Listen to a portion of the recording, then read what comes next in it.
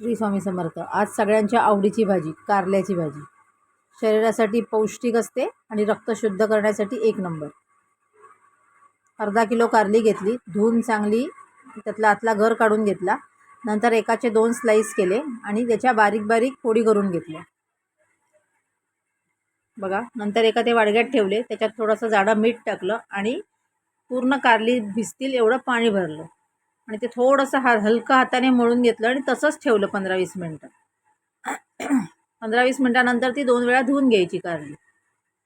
इथे 2 कांदे कापून घेतले, कांदे चांगले बारीक करून घ्यायचे, बुर्जीला जसा कापतो तसा। आता मी लोखंडाची कढई घेतली आहे। माझ्याकडे नॉनस्टिक पॅन नसतात, मी फक्त कढई, लोखंडाच्या भांडी, पितळेची भांडी याच्यातच जेवण करते।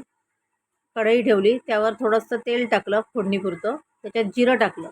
जिरं टाकल्यावर कारली धुवून घेतली, ती टाकली। तेलातच फक्त कारली परतून घ्यायची, गॅस फास्टच ठेवायचा आहे। चांगली कारली अलटून पलटून घ्यायची बघा। कारली चांगले तेल चारी बाजूनी लागलंय त्याला। आता त्याच्यात मी घाटी मसाला घातलाय, थोडीशी हळद आणि हे सगळं परत मिक्स करून घ्यायचं आणि मग त्याच्यात नावाला मीठ टाकायचं, कारण की घाटी मसाल्यात ऑलरेडी मीठ असतं।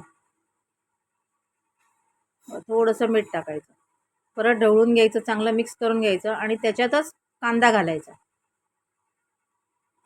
अशी भाजी करून बघा। काय काय लोक कारलं पूर्ण तळून घेतात, ते वेगळं काढतात, मग कांद्यावर ते परत फोडणीला घालतात।